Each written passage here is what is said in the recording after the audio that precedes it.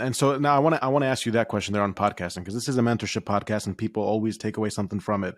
When you just had the podcast side of it, were you making money from the podcast, or was it really just the brand? No, I made money first from my guests. So basically what happened was the first 2 years, I had no intention of making money. I tried to do affiliate marketing. It doesn't really work. Like, you're not going to make like what? I made like $500 a month. To me, that's not making money, right? So like, I didn't get sponsorships until 3 years into doing the podcast. Now my podcast generates between $40,000 and $50,000 a month. Just my podcast, right? So podcast can really be a great business model. People don't realize this, but you need the downloads. But to get the downloads, you need to invest. So that means ads, that means guesting on other shows, that means growing your personal brand, growing your social media, retargeting your social posts and bringing people in, pulling them one by one into your show.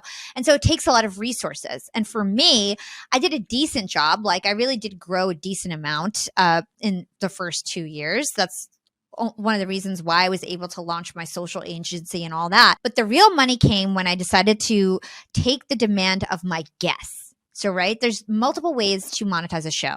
You can use it as a lead generation tool.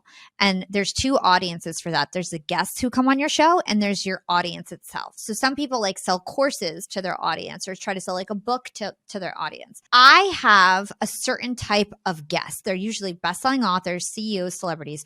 Those are the types of people that I want to represent on social, right? And so those people asked me to launch a marketing. Literally, I had guests who were like clamoring for me to start a social or production agency.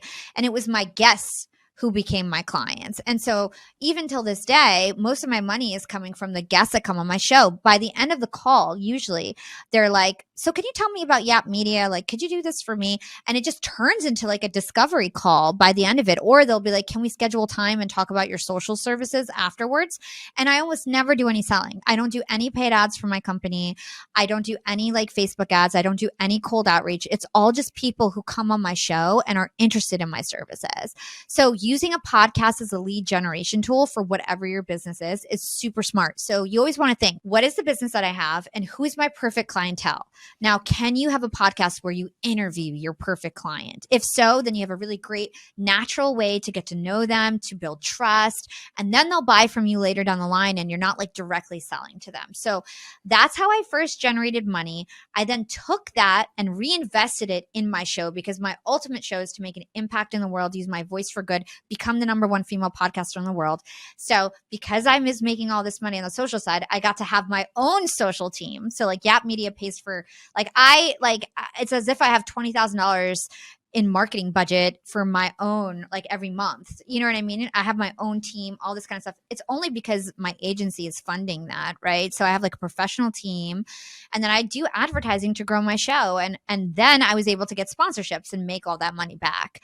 So it's like, for me, it went lead generation from my guests, made a ton of money doing that, reinvested it in my show and my own personal brand, grew my audience to a decent size, started getting sponsorships, making all that money back.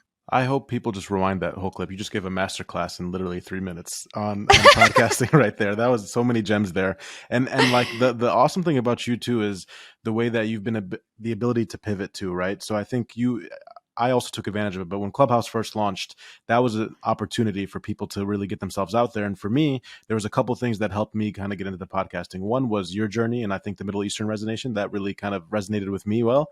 But two, Clubhouse became, I quickly became on Clubhouse one of the top finance influencers. So we had clubs where we were featured on Bloomberg and had hundreds of thousands of listeners. And then I saw you did the same with Clubhouse, but you went and tried it. And I think a lot of times in our society and this audience of Gen Zs, we're sort of scared to try new things because we're accustomed to a certain way, right? Even when you graduate college, you go through this sort of post-collegiate depression because a lot of times we're scared to try different things. What I think you're a living testament of is the fact that you did corporate, you did this, you did the shows, you went through ups and downs, and then you're not afraid to test different things. And it's returned to you twofold.